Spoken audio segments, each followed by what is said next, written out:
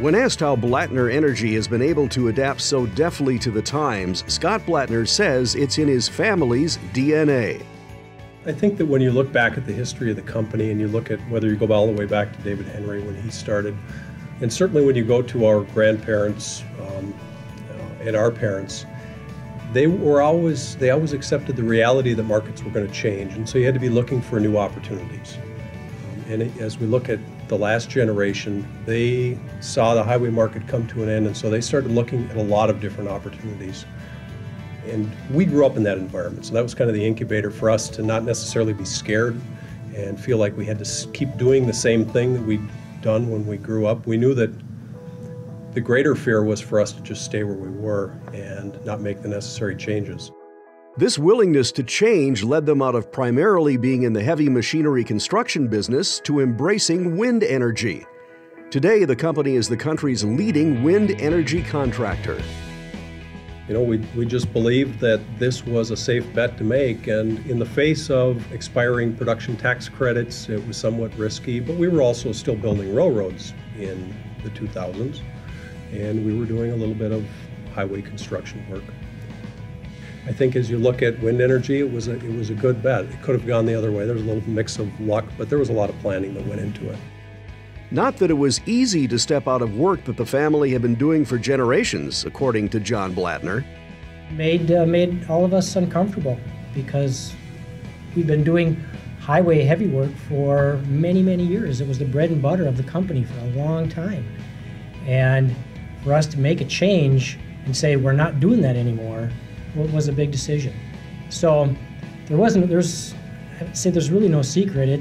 We spend a lot of time strategic planning and discussing. Besides Scott and I, we've got other family members, we've got non-family members that are all part of the executive team and other key managers that we vet all these issues out frequently.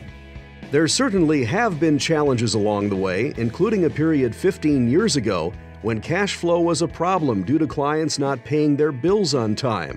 It nearly caused the company to fold. When you decide that, you know what, when we leave this meeting, we might not have the answer we like, but we're comfortable turning the lights off and not walking back in the door.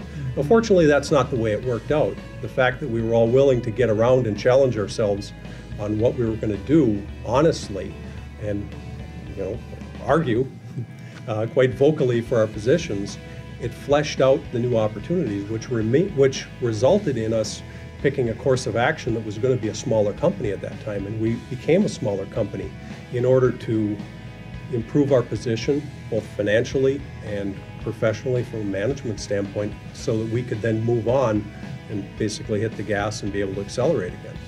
We had to create a more solid foundation for ourselves in the face of, you know, that turmoil we had as the mining industry deteriorated.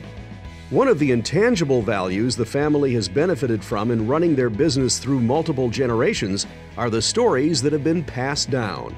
You're able to transmit a lot of information through those stories about things you tried that didn't work, things you did try that did work, where, you know, if you're not connected in that same way, you may not find the time between the time you come to the office in the morning and you leave at night. But as a family business, you have a lot of conversations that are outside of the business.